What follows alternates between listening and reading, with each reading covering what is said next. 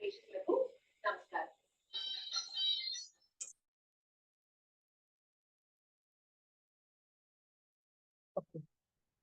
హరే కృష్ణ.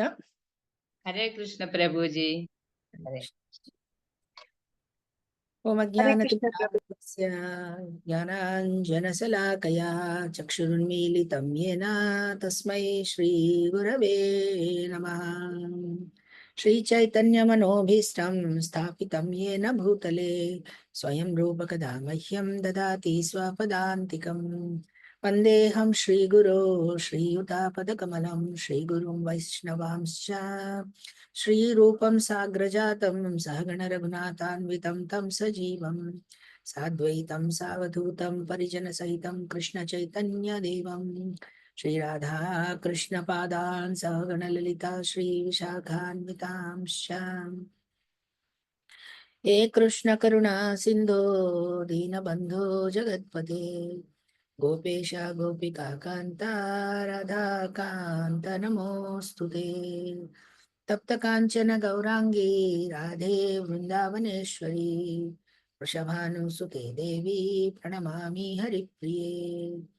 వాంఛాకల్పతరుభ్యశ్చ కృపా సింధుభ్య ఏవ చ పతితానాం పావనేభ్యో వైష్ణవేభ్యో నమో నమః. జయ శ్రీ కృష్ణ చైతన్య ప్రభు నిత్యానంద శ్రీ అద్వైత గదాధర శ్రీవాసాది గౌర భక్త బృంద. హరే కృష్ణ కృష్ణ కృష్ణ హరే హరే హరే రామ రామ రామ హరే హరే.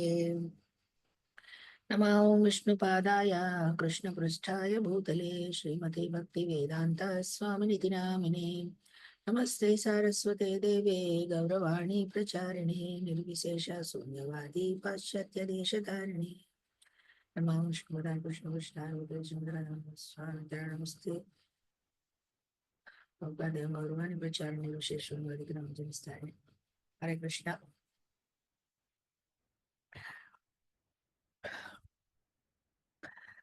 సో వినపడుతుందండి? వినబడుతుంది. Okay, Hare Krishna. Okay, so మనం ఏం చదువుతున్నామండి? భక్తి ఉపదేశామృతం అంటే ఉపదేశాల్లో అన్నిటికంటే ఉత్కృష్టమైన ఉపదేశాలు, భక్తికి అతి ముఖ్యమైన ఉపదేశాలు శ్రీల రూపగోస్వామి వారి ద్వారా రచింపబడిన 11 నియమాలతో చెప్పారు. ఆ నియమాలు ఏమిటి, మనం ఎలా పాటించాలి అన్ని వాటి గురించి మనం చదువుతున్నామండి.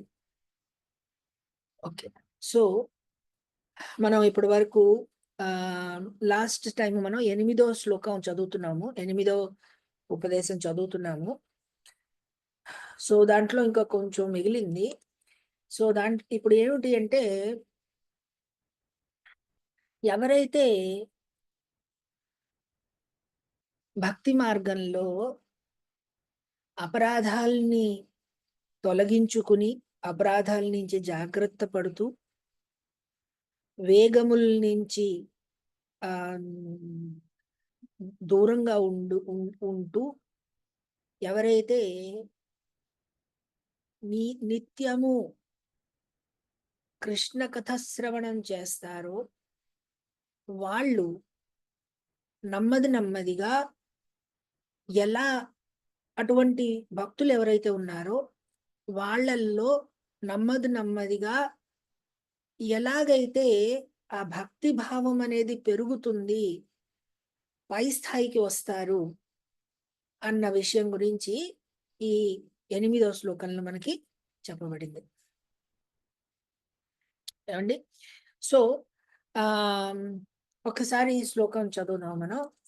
తన్నామరూపచరితాది సుకీర్తనాను స్మృత్యోః క్రమేణ రసనామనసి నియోజ్య తిష్టన్ వ్రజేత్తదనురాగి జనానుగామి కాలం నాయేదఖిలం ఇది ఉపదేశసారం. అన్ని ఉపదేశాలకి సారం ఏమిటయ్యా అంటే ఈ శ్లోకంలో చెప్తున్నారనమాట.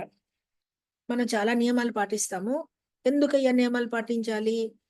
దానికి చేరవలసింది ఏంటి, మనం చివరికి పొందవలసింది ఏమిటి, అది ఉపదేశాల యొక్క సారం అన్నమాట. ఏం చేయాలి మనం, ఏం చేయాలి అంటే తన్నామ రూప చరితాది సుకీర్త అనుస్మృత్యోహో. నామ రూప చరిత, భగవంతుడి యొక్క నామము రూపము చరితము అంటే ఆ లీలలు కథలు, భగవత్ ఆ లీలలు, భగవద్ నామము సుకీర్తన, కీర్తిస్తూ, అనుస్మృత్యోహో మళ్ళీ మళ్ళీ స్మరిస్తూ స్మరిస్తూ, క్రమేణ నెమ్మది నెమ్మదిగా, రసనా మనసి నియోజ్య, నాలికని మనస్సుని ఆ భగవంతుడి యొక్క పాదపద్మము యందు నియోజింపబడి చేసి ఉండాలి.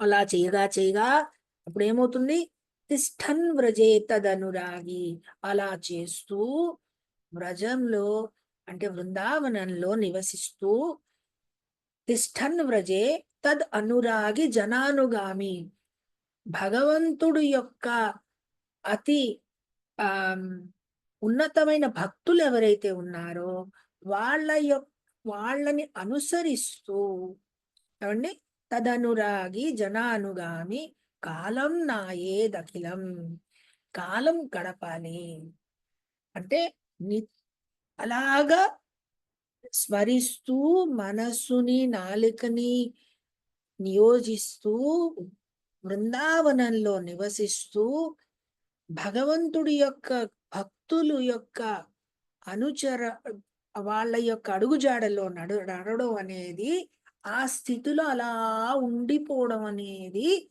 అన్ని ఉపదేశాలకి సారము. అదే గోల్ అన్నమాట, చెప్తున్నారనమాట. సో దీనికి ఆచార్యులు వాళ్ళు చాలా చోట్ల నుంచి తీసుకుని దానికి విశ్లేషణ ఇచ్చారండి. ఏమని చెప్పారు, మీ దగ్గర పుస్తకం ఎవరి దగ్గర ఉంటే తీసుకోండి పుస్తకం. మనం ఇప్పుడు చదువుతున్నది ఉపదేశామృత 8వ శ్లోకం అండి. 8వ శ్లోకము మనము లాస్ట్ 2 పారాగ్రాఫ్లు మళ్ళీ ఇవాళ చదువుతామండి. 8వ శ్లోకంలో 2 పారాగ్రాఫ్లు ఉన్నాయి లాస్ట్, అవి చదువుతాం. మీలో ఎవరి దగ్గరైనా పుస్తకం ఉంటే చదువుతారా? తెలుగులో ఉంటే చదవండి.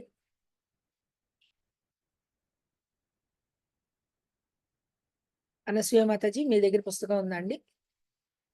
లేదు ప్రభుజీ, లేదు. ఓకే, సరే, ఓకే. సో అలా అయితే నేను నా దగ్గర తెలుగు నా దగ్గర ఇంగ్లీష్ ఉంది. సో నేను ఇంగ్లీష్ నుంచే చదివి దానికి తాత్పర్యం చెప్తానండి. సో ఇప్పుడు ఇప్పుడు ఏం చెప్తున్నారు అంటే, మనం ఎప్పుడైతే మొదటి స్థితిలో ఉంటామో అంటే కొత్తగా వచ్చి ఉంటాం భక్తిలో, అప్పుడే మొదలు పెడుతున్నాం. అది నియోఫైట్ స్టేట్ అంటారు, అంటే కనిష్ట స్థితి అన్నమాట. అటువంటి స్థితిలో ఏం చేయాలి, మనం నిత్యం భాగవత సేవయ, ప్రతిరోజు భాగవత కథని వింటూ ఉండాలన్నమాట. ఏమండి, హరినామం చేయాలి, భాగవత్ కథ వినాలి, భగవంతుడు దర్శనం చేసుకోవాలి. ఏమండి, కంటిన్యూస్ గా మనం ఆ భాగవత శ్రవణం చేస్తూ ఉండాలి. ముఖ్యంగా చెప్పవలసింది ఏంటంటే కృష్ణ కథ అనేది మనం చేస్తూ ఉండాలన్నమాట. ఇలా ఎవరైతే చేస్తారో వాళ్ళని ఆ యొక్క దశని ఏమంటారు అంటే శ్రవణ దశ అంటారు. అంటే వాళ్ళు అటువంటి స్థితిలో ఉన్నారనమాట, వింటున్నారు, రోజు వింటున్నారు, రోజు వింటున్నారు. ఏమండి, ఇది శ్రవణ దశ. వినగా వినగా వినగా వినగా అప్పుడు ఏమవుతుంది అంటే ఆ కృష్ణ నామము, కృష్ణుడి యొక్క లీలలు మనం ఎప్పుడైతే వింటామో అప్పుడు గుర్తింపు వస్తుందంట, నమ్మకం అనేది వస్తుంది అనమాట, అక్సెప్టెన్స్ అనేది వస్తుంది. ఆ అక్సెప్టెన్స్ ఎప్పుడైతే వస్తుందో దాన్ని ఏమన్నారంటే వరణ దశ అన్నారు. వరిస్తున్నాం అనమాట, అక్సెప్ట్ చేస్తున్నాం అనమాట. ఎప్పుడైతే నిత్యంగా వింటామో మనకి ఏమని చెప్పారంటే నష్టప్రాయేషు అభద్రేషు నిత్యం భాగవత సేవయా భగవతి ఉత్తమ శ్లోకే భక్తిర్భవతి నైష్ఠికి అన్నాడు. ఉత్తమ శ్లోకుడు అంటే భగవంతుడు కృష్ణుడు యందు ఎటువంటి వాడికైనా సరే నియమంగా ఎవరైతే భాగవత కథని ఎవరైతే వింటాడో అటువంటి వాళ్ళకి భగవంతుడు యందు భక్తి భావం అనేది దానంతటే అది పుడుతుందన్నమాట. చూడండి, నిత్యం భగవతి ఉత్తమ శ్లోకే భక్తిర్భవతి నైష్ఠికి, తప్పకుండా వస్తుంది, ఎటువంటి వాడికైనా వస్తుంది. ఎందుకండి అందరూ కూడా భగవంత అంశ కనుక, ప్రతి ఒక్కడు భగవత అంశ. సో ఎప్పుడైతే భగవంతుడి గురించి చెప్తూ ఉన్నామో వాడు విడిపోలేడానికి ఎప్పటికీ సాధ్యం కాదు. ఏ మనిషికి, కొంతమందికి హృదయం కఠినంగా ఉంటుంది, టైం పడుతుంది. కొంతమంది హృదయం మృదువుగా ఉంటే తొందరగా అవుతుంది, అంతే తేడా. కానీ ఎటువంటి వాడైనా సరే భగవత్ కథ, కృష్ణ కథ వినగా వినగా కృష్ణుడి యందు వాళ్ళకి ఆ అట్రాక్షన్ అనేది, ప్రేమ అనేది న్యాచురల్ గా వస్తుందన్నమాట. సో ఎప్పుడైతే ఈ స్థితికి వచ్చామో దాన్ని ఏమంటారండి? వరణదశ అన్నారు. ఏమండి? సో ఒక్క నిమిషం అండి. సో అప్పుడు ఆ వర్ణదశ స్థితిలోకి ఏమవుతుంది, మనకి వినాలి వినాలి అనే కోరిక కూడా పెరుగుతుంది అనమాట. ముందు ఏమిటి, పనులే ఇప్పుడు ఓకే ఇవాళ ఏదో చేద్దాము అంటే ఏదో మనం మొక్కుబాటుగా చేద్దాము, సర్లే పర్వాలేదులే అని చేస్తాము, ఏమాత్రం మనకి అవకాశం ఉన్నా వదిలేస్తాము, అటువంటి స్థితి ఉంటుంది. చేయగా చేయగా మనకి ఏమవుతుంది, అరే కృష్ణ కథ వింటే బాగుంటుంది, మనకి ఆనందంగా ఉంది, మనకి ఇంకా వినాలని ఉంది, ఇంకా కృష్ణ లీలలు వినాలని ఉంది అని మనకి దాంట్లో ఆ ప్రీతి అనేది కలుగుతుంది అనమాట. ఆ వినాలి అనే కోరిక అనేది కలుగుతుంది. సో ఆ స్థితిని ఏమన్నారు? వర్ణదశ అన్నారు. ఈ వర్ణదశలో కూడా మనం ఏం చేస్తున్నాము, కృష్ణుడి గురించి ఇంకా భాగవత్ కథని శ్రవణం చేస్తున్నాం. చేయగా చేయగా ఏమవుతుంది అంటే, ఎప్పుడైతే అటువంటి భక్తుడు నామస్మరణం చేస్తాడో, లేదో కృష్ణుణ్ణి ధ్యానిస్తాడో, గుర్తు చేసుకుంటాడో, మళ్ళీ మళ్ళీ మళ్ళీ మళ్ళీ అతనికి గుర్తు వస్తుంది అనమాట. ఇప్పుడు ఈ వర్ణ దశలో వినాలనే కోరికే ఉంది. ఇంకొంచెం ముందుకెళ్తే ఏమవుతుంది, అతనికి గుర్తుకొస్తుంటుంది అనమాట. క్లాస్ అయిపోయినా కూడా కృష్ణ లీలలు గుర్తుకొస్తాయి, కృష్ణుడి యొక్క ఆ మధుర అంటే రూపం గుర్తుకొస్తుంది, లీలలు గుర్తుకొస్తాయి, అనేక భక్తుల యొక్క రూపాలు గుణాలు గుర్తుకొస్తాయి. ఏమండి? సో అవి ఏమవుతుంది, ఆ వర్ణ దశలో మనం వినగా వినగా మళ్ళీ మళ్ళీ గుర్తు చేసుకోవడం, ఆ భావంలోనే మళ్ళీ మళ్ళీ గుర్తు చేస్తూ మనం అలా గుర్తుకొస్తుండదు అనమాట. అంటే దాంట్లో నిమిడి ఉండడం అనమాట. ఏమండి? తర్వాత ధ్యానం, అదే ధ్యానంలో ఉండడం, ఇవన్నీ జరుగుతాయి అనమాట. ఇలాగ 5 రకాలుగా కృష్ణ స్మరణం అనేది జరుగుతుందండి. 5 రకాలుగా జరుగుతుంది. ఇప్పుడు 5 రకాలు ఏమిటి అని చెప్తే ఒక్క నిమిషం. దాన్ని మీరు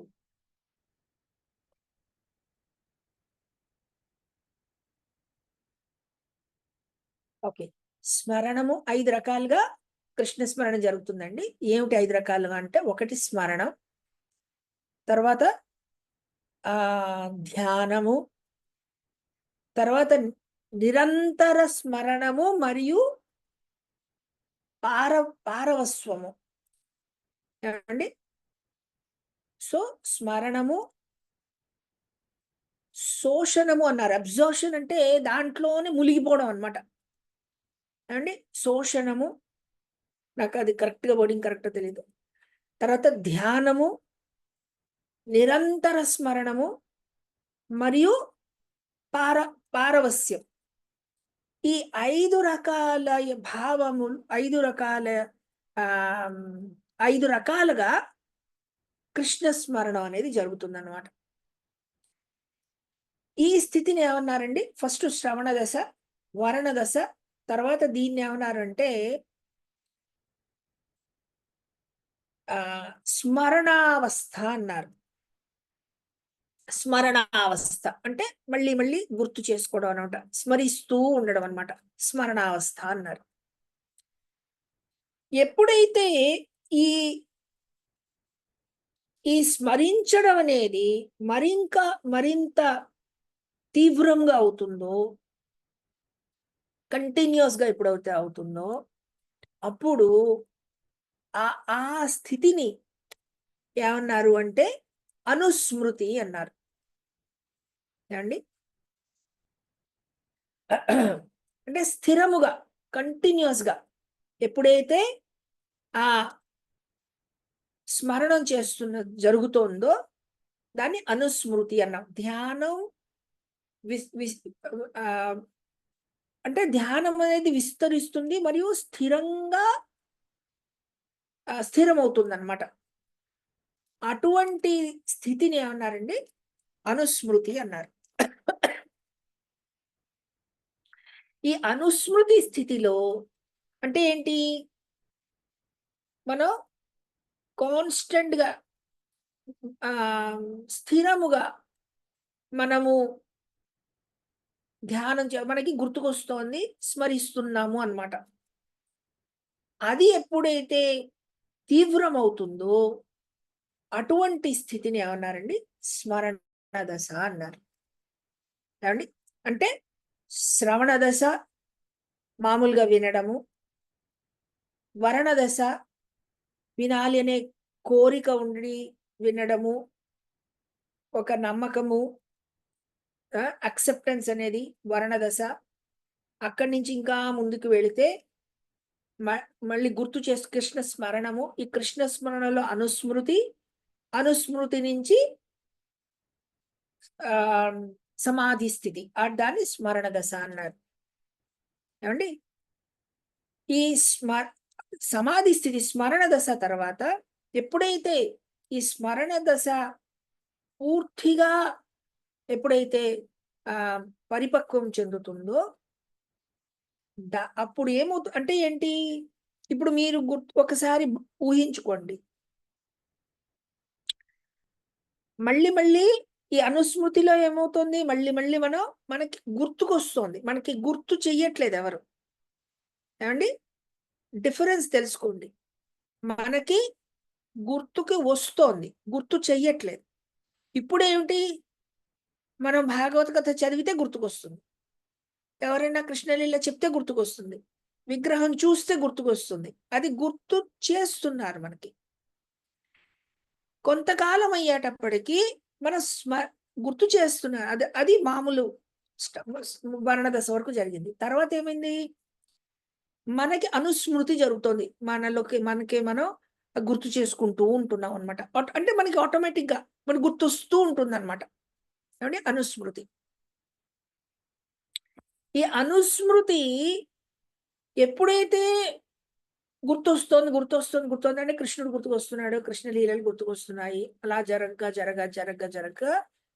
ఎప్పుడైతే అది ఎప్పుడు గుర్తుకొస్తున్నాడు అనుకోండి, మనం నిద్రపోతున్నా కృష్ణుడే గుర్తుకొస్తున్నాడు, తిన్నా కృష్ణుడే గుర్తుకొస్తున్నాడు, మాట్లాడుతున్నా కృష్ణుడే గుర్తుకొస్తున్నాడు, ఏ పని చేసినా కృష్ణుడే గుర్తుకొస్తున్నాడు.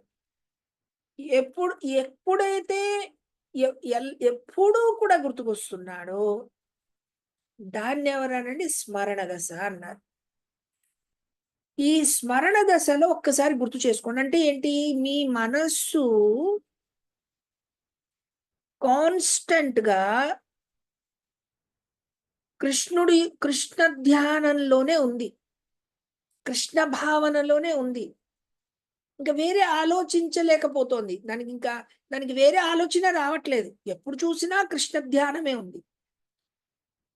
సో ఒక్కసారి ఆలోచించండి, ఆ స్థితిలో ఏమైంది మీరు? ఈ ఇప్పుడు మన మనస్సు ఏంటి? నేను, నా శరీరము, నాకు సంబంధించిన వాళ్ళు, నా కుటుంబము, మా పిల్లలు, కుటుంబము, నా సంపద, లేకపోతే నన్ను పొగిడిన వాళ్ళు, నన్ను తిట్టిన వాళ్ళు, లేకపోతే నన్ను అన్ని రకాలుగా ఇవి గుర్తుకొస్తూ ఉంటాయి మనకి. ఏమండి? మన మనసు ఎక్కడుంది ఇప్పుడు? ఇక్కడ సంచరిస్తోంది. కరెక్ట్? ఎప్పుడైతే ఒకరు ఈ స్మరణ దశకొచ్చారో వాళ్ళ స్థితి ఏంటండి? కంటిన్యూయస్‌గా వాళ్ళకి కృష్ణ ధ్యానమే జరుగుతోంది. వాళ్ళు తిన్నా, కూర్చున్నా, పడుకున్నా, నిద్రపోతున్నా, ఏ స్థితిలో కల్లో కూడా ఎక్కడ చూసినా కూడా వాళ్ళు కేవలం కృష్ణ ధ్యానమే జరుగుతోంది. ఎప్పుడైతే వాళ్ళు ఈ స్థితికి వస్తారో అంటే ఏమైంది? మనస్సు ఏమైందండి? ఇంకా ఏమాత్రము నేను, నా శరీరము, నా వాళ్ళు, నా సంపద, నా పేరు ప్రతిష్ట, ఏవండి? ఈ భావనే లేదు. ఎందుకు? మనస్సు అసలు లేదక్కడ. మనసు నిత్యము కృష్ణ స్మరణలో ఉంది. కృష్ణుడు ఏమని చెప్పామండి? కృష్ణుడంటే ఎవరండి? భగవంతుడు. ఎటువంటి వాడండి? కృష్ణుడు త్రిగుణాతీతుడు, చిన్మయ స్వరూపుడు. భౌతిక జగత్తుకి సంబంధించిన వాడు కాదు. ఏమండి? సో మీ మనస్సు ఎక్కడుంది? 24 గంటలు కృష్ణ స్మరణలో ఉంది. కృష్ణుడైనా, కృష్ణనామమైనా, కృష్ణ కథ అయినా ఏమిటండి అది?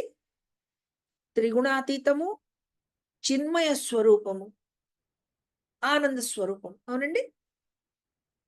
సో మీ మనస్సు నిత్యముగా అక్కడ ఎప్పుడైతే ఫిక్స్ అయిపోయి ఉందో అప్పుడు ఏమైందండి? మీరు ఈ ప్రపంచం నుంచి విడిపోయారు. మీకు అర్థమైందా పాయింట్?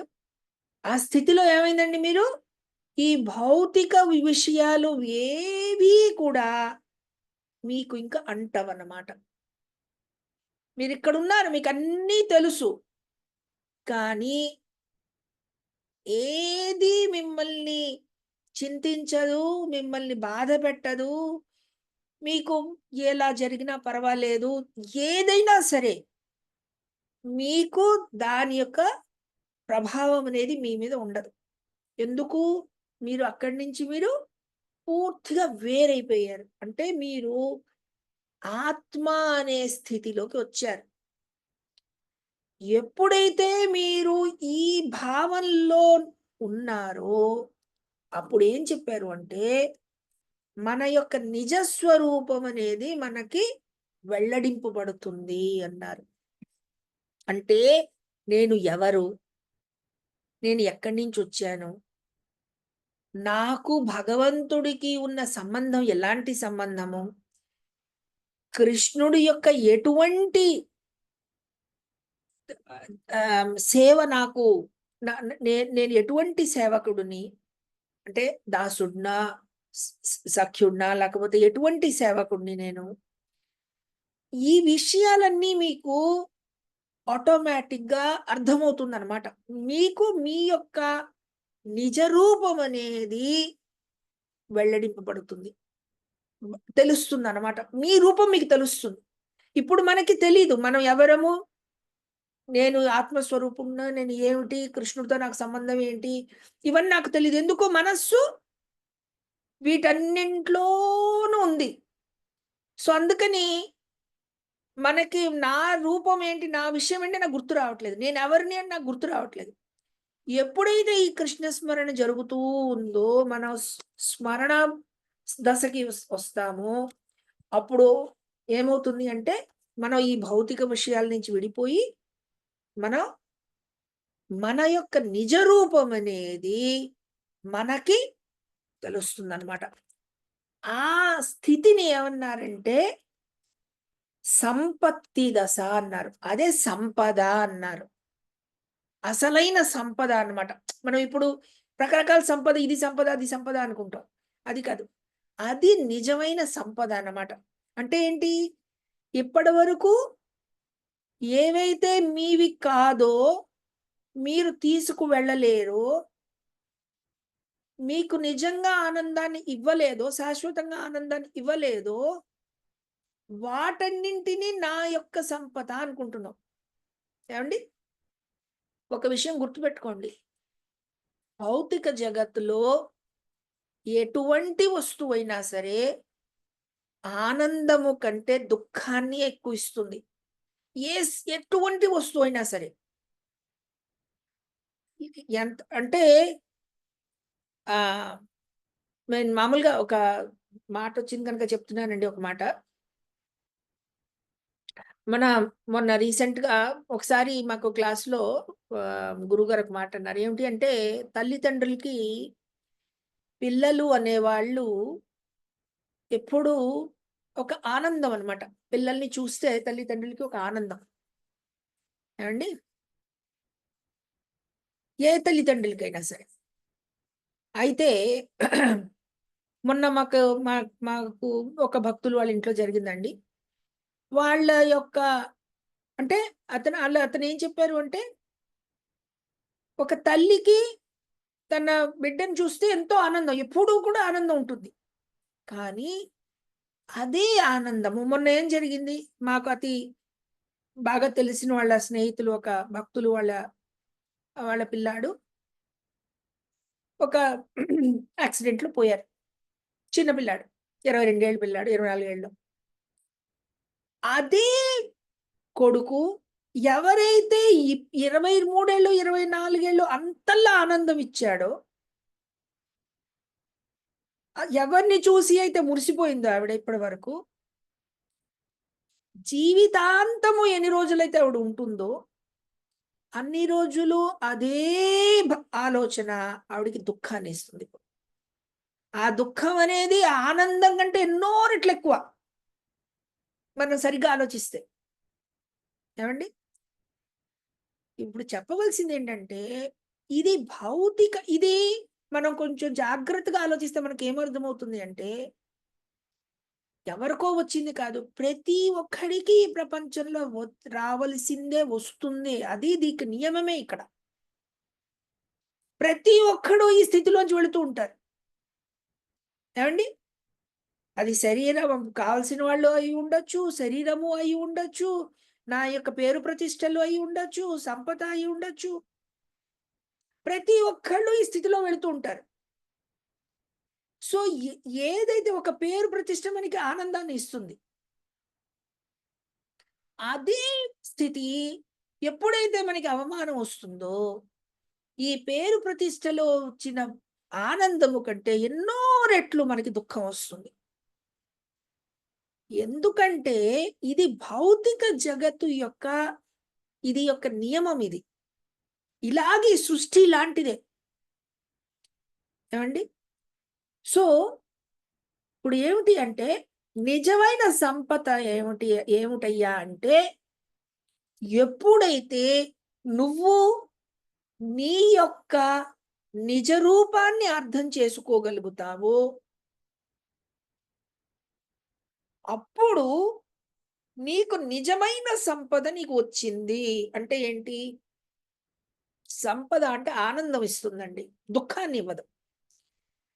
ఎప్పుడైతే నీ నిజ రూపం నీకు అర్థమవుతుందో, నీకు అప్పుడు నిజమైన ఆనందం అనేది నీకు కలుగుతుంది. ఏవండీ? య నిజ రూపం ఏమిటి?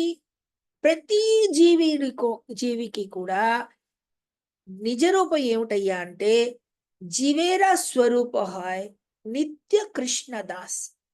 ఎవరైనా సరే, ఏ జీవి అయినా సరే, ప్రతి జీవికి నిజ రూపం ఏమిటయ్యా అంటే, తను శాశ్వతంగా, నిత్యముగా భగవంతుడి యొక్క దాసుడిని అనేది నిజ రూపం. ఇది కానీ మనకి అర్థం కావట్లేదు. మనం ఏమనుకుంటున్నాము? నేను దాసుడిని, భగవంతుడి యొక్క దాసుడిని నేను అనుకోవట్లేదు. నాకు అర్థం కావట్లేదు. నేనేమనుకుంటున్నాను? నేనే స్వామిని అనే భావం అనేది ఉంది మనకి. నేనే స్వామి అంటే మీరు ఆ విషయానికి మళ్ళీ వెళ్ళొద్దు.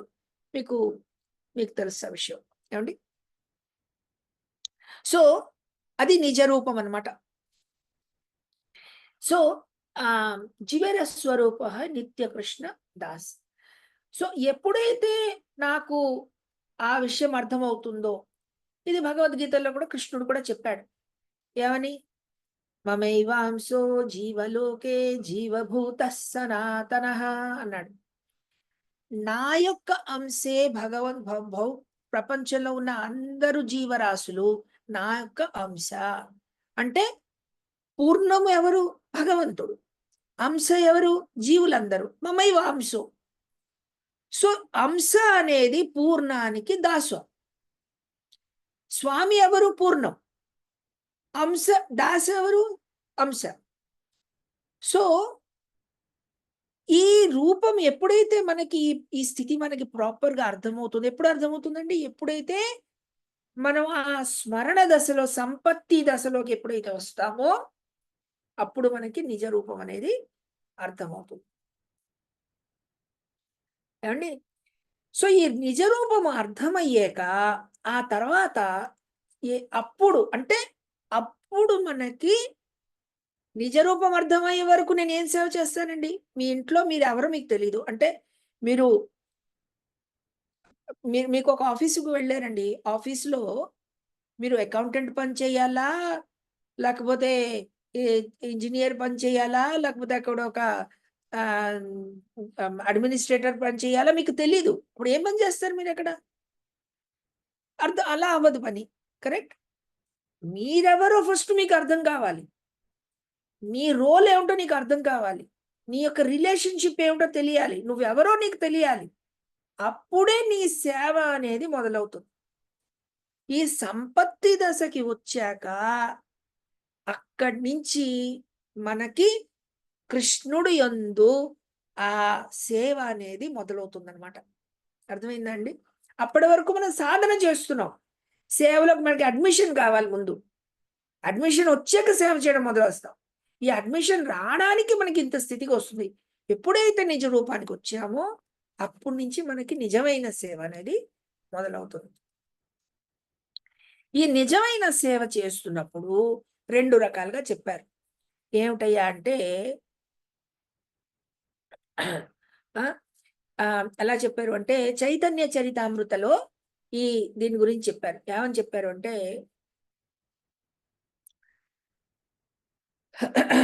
సో ఎప్పుడైతే ఒక కొత్తగా వచ్చిన భక్తుడు తన యొక్క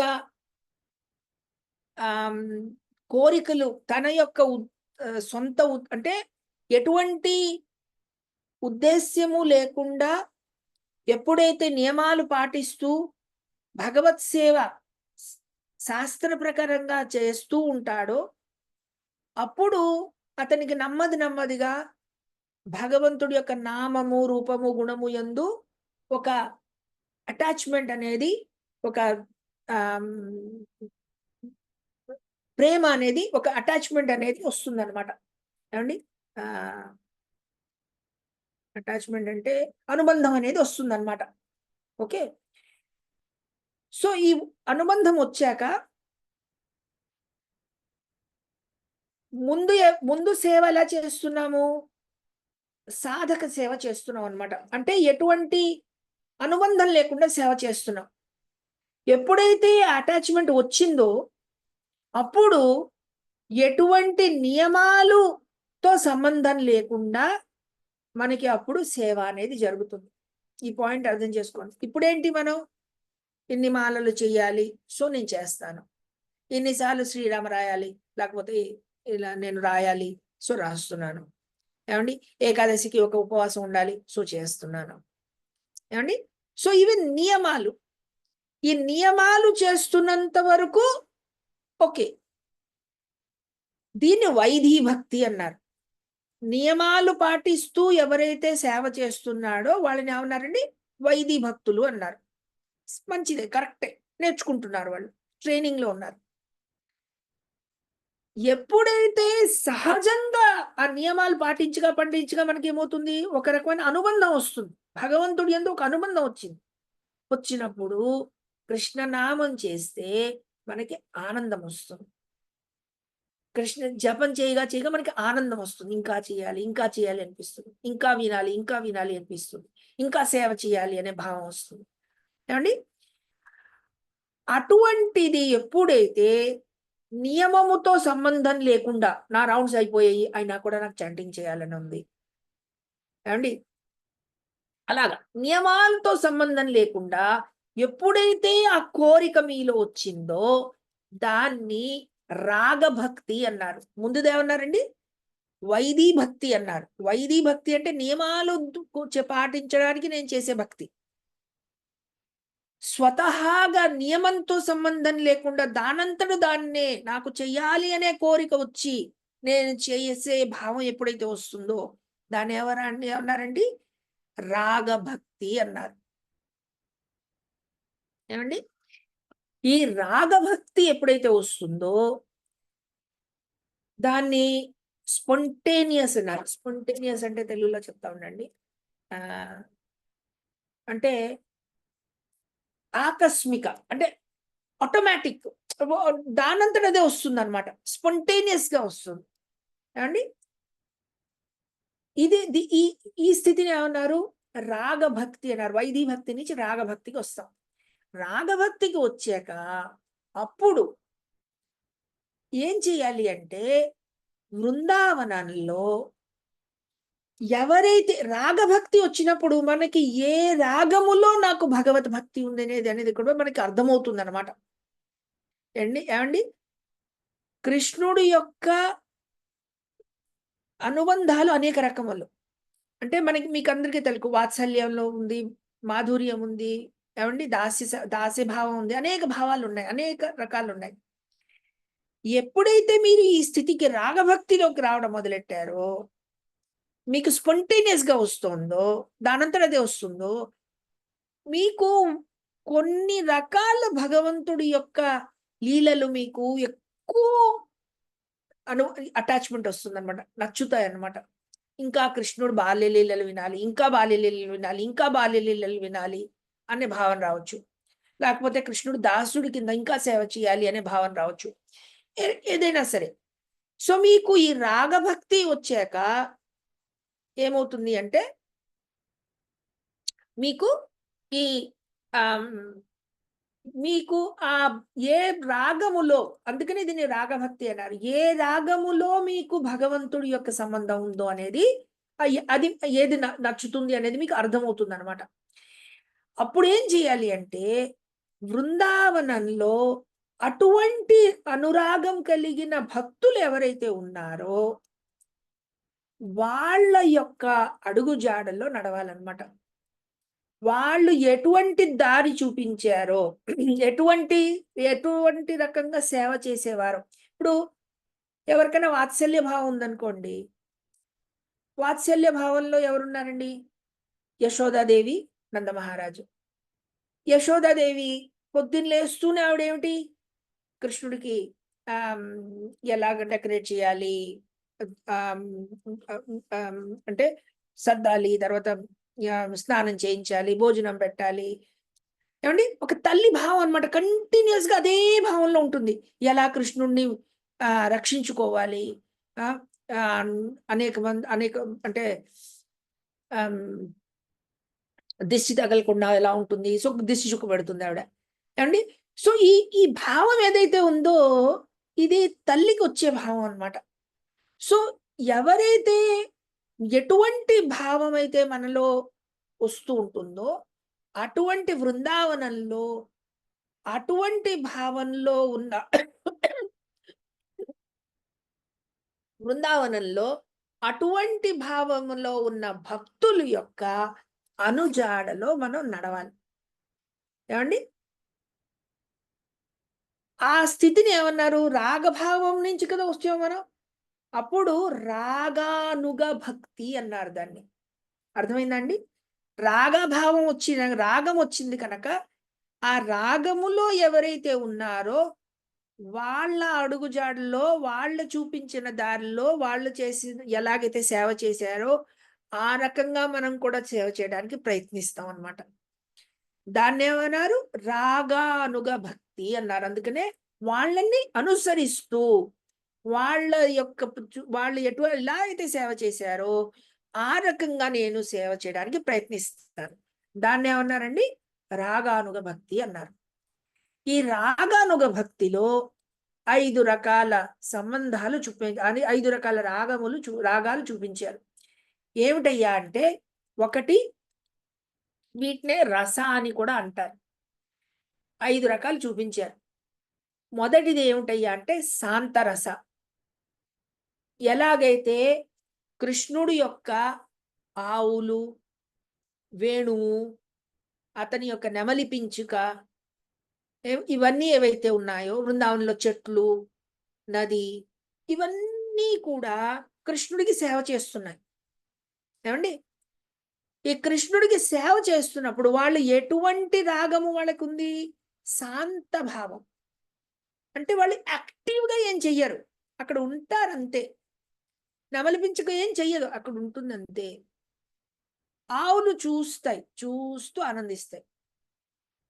కృష్ణుడు కృష్ణుడు కనిపిస్తూ దగ్గరికి పరిగెట్టుకు వెళ్తాయి, అక్కడ ఉంటాయి. ఇంకేం చెయ్యవు అవి. ఏమండి? సో ఆ అనుబంధాన్ని ఏమన్నారు?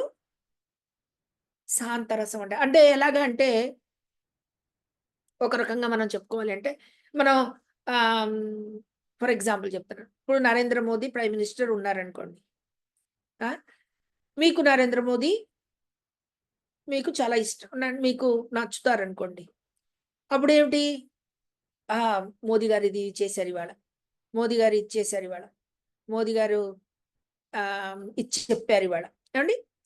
మనం అది వింటూ ఆనందిస్తాం అనమాట. అతనితో మాట్లాడేది లేదు, వెళ్ళేది లేదు, ఏం చేసేది లేదు. ఏమండి? కానీ దూరం నుంచి వింటాము. విని అతను ఏదైనా పేరు వస్తే మనకు ఆనందం వస్తుంది, అతనికి ఏదైనా బాధ వస్తే మనకి బాధ వస్తుంది. ఏమండి? అనురాగం ఉంది, కానీ ఎటువంటి మాట్లాడుకునేదేం లేదు, జస్ట్ చూస్తూ ఆనందిస్తాం అంతే. దీన్ని ఏమన్నారండి? శాంత భావము అన్నారు, శాంతరస అన్నారు. సో దీనికి ఉదాహరణగా ఎవరు చెప్పారు? కృష్ణుడి యొక్క ఆవులు, అతని యొక్క కృష్ణుడు కర్ర పట్టుకుని ఉంటాడు, దండం. ఆ కృష్ణుడు దండ, లేకపోతే కృష్ణుడి యొక్క వేణువు. ఏమండి? కృష్ణుడి యొక్క వనమాల. ఇప్పుడు కృష్ణుడి యొక్క వనమాల ఉంది కదండి. సో ఆ వనమాల కూడా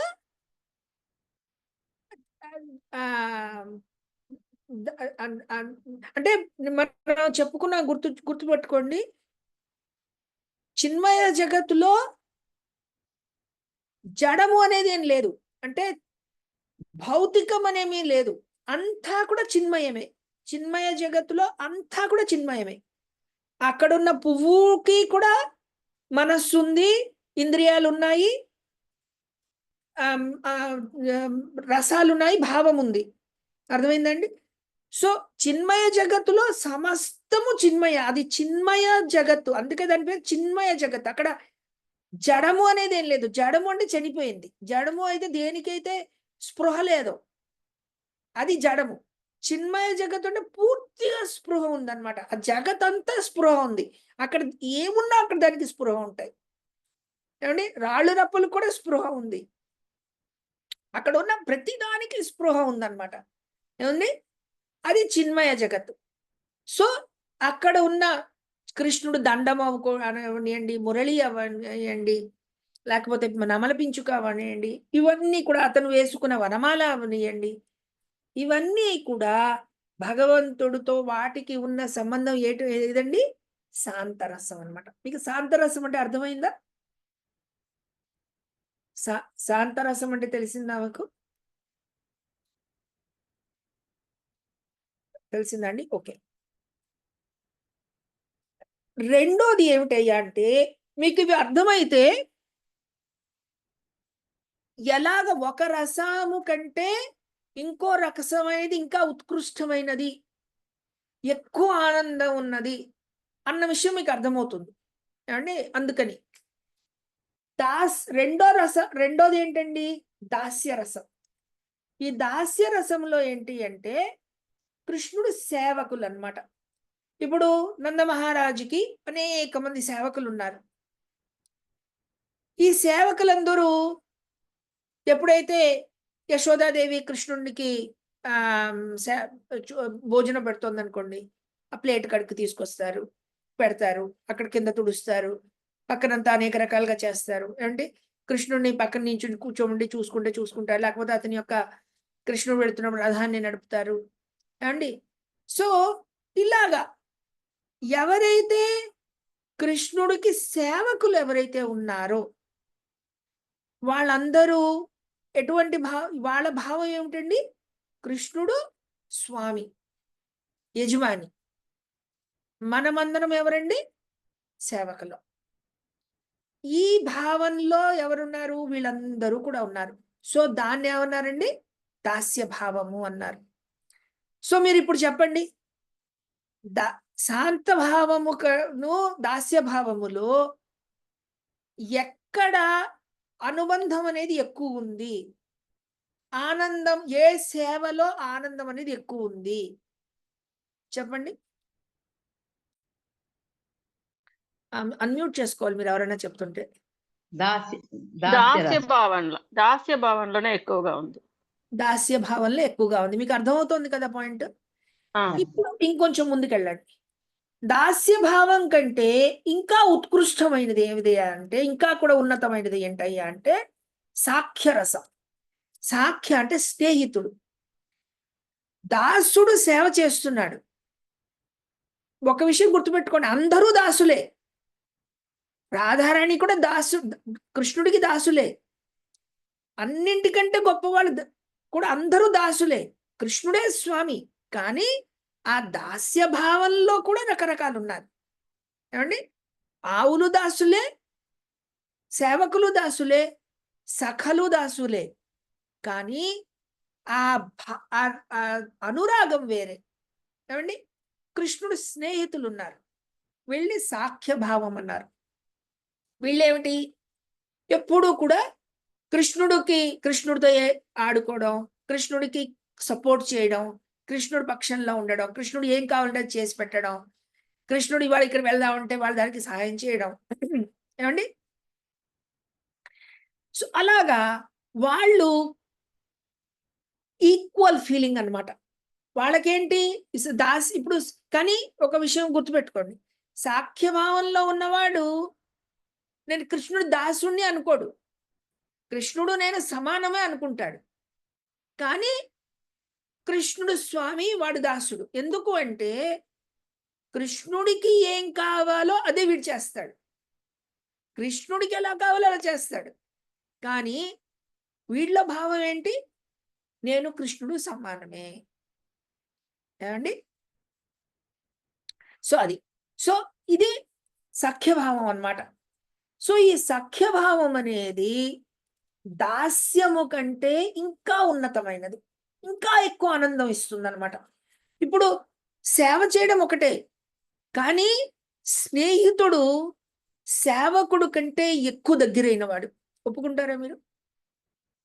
స్నేహితుడు యొక్క ప్రేమ అనేది మనకి స్నేహితుడితో ఉన్న కనెక్షన్, రిలేషన్షిప్ ఏదైతే ఉందో ఒక సేవకుడు కంటే ఎక్కువ కనెక్టెడ్, ఎక్కువ ఆనందాన్ని ఇస్తుంది, ఎక్కువ మనం ఆ రిలేషన్షిప్ ఎక్కువ స్ట్రాంగ్. ఇది ఒప్పుకుంటారా మీరు? కరెక్టే అండి. సో ఇది సాఖ్య భావం అన్నమాట.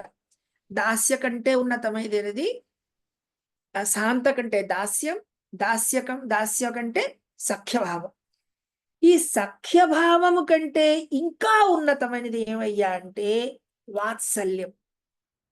వాత్సల్యం తల్లి అన్నమాట, తల్లైనా తండ్రి అయినా. ఇది సఖుడు కంటే కూడా పైన.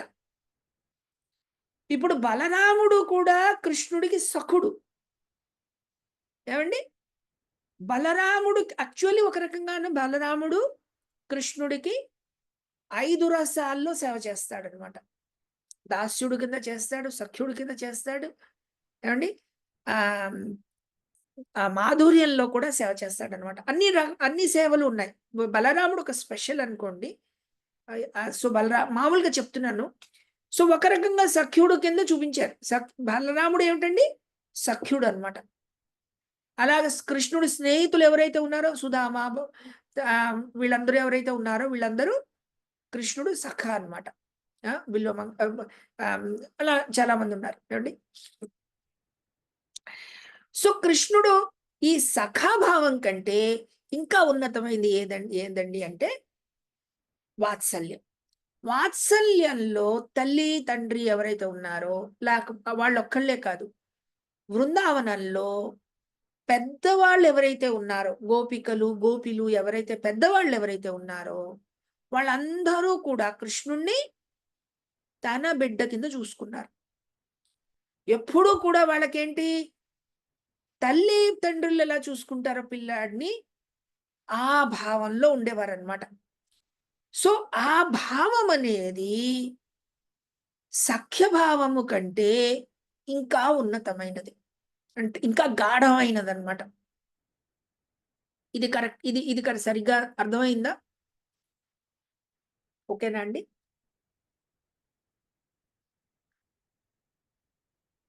అర్థమైంది. అర్థమైంది. సో ఇది వాత్సల్య భావం. వాత్సల్యం కంటే ఇంకా ఉన్నతమైన రసం ఏమిటయ్యా అంటే మాధుర్య రసము. ఈ మాధుర్య రసము ఎవరయ్యా అంటే కృష్ణుకుడికి గోపికలు ఎవరైతే స్నేహితులు ఉన్నారో వాళ్ళతోటి ఉన్న సంబంధం అనేది వాత్సల్యము కంటే కూడా ఇంకా పైకి. ఎక్కడైనా యశోదాదేవి నందమహారాజు ఆపేస్తే కృష్ణుడు ఏదైనా చెయ్యాలి అని చేస్తున్నప్పుడు ఆపేసాడు అనుకోండి, నందమహారాజు ఆగిపోవచ్చు. కానీ గోపికలు ప్రపంచం ఏమనుకుంటుందో నాకు అనవసరం, జనాలు నిందిస్తారో నాకు అనవసరం, భర్త నిందించినా అనవసరం, పిల్లలు ఏమనుకుంటారో అనవసరం, అని ఎవరేమనుకున్నా సరే దాన్ని తెగించి ఎటువంటి ఎటువంటి కన్స్ట్రెయింట్స్ ఏవైతే ఉన్నాయో, ఎటువంటి ఇబ్బందులు రావచ్చో వాటి దేన్ని కూడా లెక్క చేయకుండా ఎటువంటి పరిస్థితి అయినా కూడా ఎవరైతే కృష్ణుడి దగ్గరికి పరిగెడుతున్నాడో, అర్థమైందా అండి? అది గోపీభావం అన్నమాట అండి. సో గోపీభావం అనేది అది మాధుర్య రసం అన్నారు. కృష్ణుడు మురళి వాయించినప్పుడు ఎవరికి వినిపించలేదు, గోపికలకు మాత్రమే వినిపించింది. ఏమండి? ఎందుకు? ఆ లెవెల్లో ఆ భావంలో ఉన్న వాళ్ళకి అది వినిపిస్తుంది, అది అర్థమవుతుంది. సో వాళ్ళందరూ పరిగెట్టుకు వచ్చారు. రాలేని వాళ్ళు చాలా మంది, వాళ్ళ ఇంట్లో కట్టేసిన వాళ్ళు, శరీరం అక్కడ ఉంది కానీ ఆత్మ వచ్చేసింది. కొంతమంది రాలేక ఇంకా కొంతమంది అలా జరగని వాళ్ళు శరీరాన్ని వదిలేశారు, చనిపోయారు వాళ్ళు అక్కడికక్కడే. ఎవరినైతే వదలలేదో వాళ్ళు వెళ్ళడానికి. ఏమండి? సో అది కూడా ఏమిటి, వాళ్ళు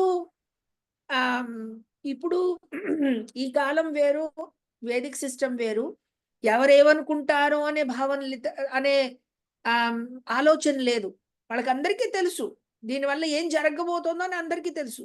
కానీ వాళ్ళని వాళ్ళు ఆపుకోలేకపోయారు. అది ఎందుకు వాళ్ళు వచ్చారు అక్కడికి, వాళ్ళని వాళ్ళు ఆపుకోలేకపోయారు. కృష్ణుడు అంటే వాళ్ళకి ఉన్న ఆ అనుబంధం, ఆ అట్రాక్షన్ ఎంత స్ట్రాంగ్ అంటే ఏ ప్రపంచం ఎదురొచ్చినా సరే వాళ్ళు ఆగరు అక్కడ, ఎవరు ఆపలేరు వాళ్ళని. ఏమండి? సో అందుకనే కృష్ణుడు కూడా చెప్తాడు, మీ యొక్క రుణం నేను తీర్చలేను అని చెప్తాడు అనమాట. ఏమండి? సో వాళ్ళల్లో కూడా రాధారాణి అందరిలోకి ఉత్కృష్టమైన భక్తులు అనమాట. ఏమండి? సో ఇది మాధుర్య రసం. సో ఇప్పుడు చెప్పవలసింది ఏంటి అంటే, భక్తుడు ఎప్పుడైతే ఈ సంపత్తి దశకి వస్తాడు, ఇదంతా కూడా గుర్తుపెట్టుకోండి. ఎప్పుడు వస్తుంది? సంపత్తి దశకి రావాలి మన ముందు. అంటే ఏంటి? మన నిజ రూపం మనకి అర్థం కావాలి. నాకు కృష్ణుడు అంటే, బాలకృష్ణుడు అంటే ఇష్టం బాగానే ఉంది, కానీ ఇప్పుడు ఇష్టమైనది మనకు అర్థం కాదు.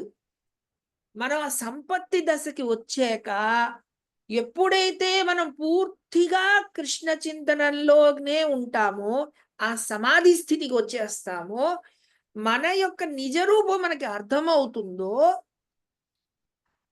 అటువంటి స్థితిలో మనకి భగవంతుడికి మనకి ఉన్న సంబంధం మనకి తెలుస్తుంది. అప్పుడు రాగా ఆ స్థితిలో మనం ఎప్పుడే ఉన్నప్పుడు మనకి ఈ రసాలన్నీ కూడా నాకు ఎటువంటి భగవంతుడితో ఎటువంటి రసం ఉన్నది అనేది మనకి కూడా అర్థమవుతుంది. అర్థమవుతుంది. అర్థమైందా అండి? సో అదండి. సో దీంట్లో ఇంకో మాట కూడా ఏంటి చెప్పారు? వైదీ భక్తి ముందు మనం చేసేది నియమానుసారంగా చేసేది వైదీ భక్తి. వైదీ భక్తిని మనం ఎప్పుడైతే చేయగా మనలో ఎప్పుడైతే సహజంగా న్యాచురల్ గా ఎప్పుడైతే ఆ అనుబంధం ఎప్పుడైతే వస్తుందో, ఆ ఇష్టం ఎప్పుడైతే ఉంటుందో, అది రాగభక్తి అన్నారు. ఈ సహజంగా వచ్చేది, నియమం పాటిస్తూ కాదు. ఇప్పుడు నేను ఇన్ని రాయాలి, ఇన్ని చెయ్యాలి, ఇన్ని చదవాలి, ఇన్ని క్లాసులు అటెండ్ అవ్వాలి, ఇవన్నీ కూడా వైదీ భక్తి. ఎప్పుడైతే సహజంగా ఎటువంటి నియమాలకి సంబంధం లేకుండా స్వతహాగా ఎప్పుడైతే ఆ భావం వస్తుందో, కృష్ణ సేవ చెయ్యాలని ఎప్పుడైతే భావం వస్తుందో, అది రాగభక్తి. ఆ రాగభక్తి వచ్చినప్పుడు, ఆ స్థితిలోకి వస్తున్నప్పుడు భగవంతుడి యొక్క అటువంటి రాగంలో ఉన్న భక్తుల యొక్క అనుజాడలో వాళ్ళు చూపించిన దారిలో వాళ్ళు ఎలాగైతే భగవంతుడికి సేవ చేశారో అటువంటి భావంలో సేవ చేయడం అనేది చెయ్యాలి. వాళ్ళు బృందావనంలో ఉండి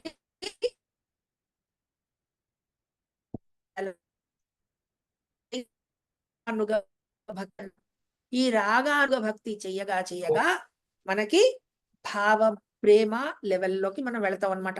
అప్పుడు మనకి ఈ ఏవైతే 5 రకాల రసాలు ఉన్నాయో, శాంతరసం, దాస్యరసం, సాఖ్యరసం, వాత్సల్య రసం, మాధుర్య రసం అనేది స్వతహాగా లోపల నుంచి అది స్ఫురిస్తుంది అన్నమాట. మనకి అర్థమవుతుంది కృష్ణుడు ఇతో మట్టుకి ఎటువంటి సంబంధం మనకు ఉంది, ఎలా సేవ చేయాలి అనే కోరిక నాకు ఉంది అనే భావం మనకి ఆటోమేటిక్గా అర్థమవుతుంది.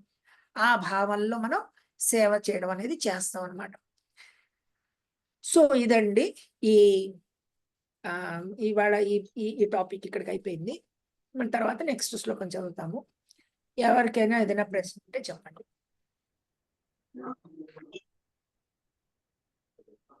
అర్థమైందండి? అర్థమైంది. హరే కృష్ణ.